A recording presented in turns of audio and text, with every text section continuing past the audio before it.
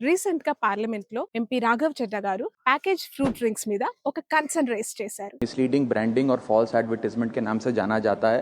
जब हम एक फ्रूट जूस की बॉटल खरीदते हैं तो उसके फ्रंट पे फ्रेश फ्रूट जूसेस की बड़ी जूसी फ्रूट्स की पिक्चर होती है, लेकिन पीछे स्मॉल टेक्स्ट में बैक ऑफ द पैकेजिंग उस फ्रूट जूस के लिखा होता है that picture is only for marketing purpose only.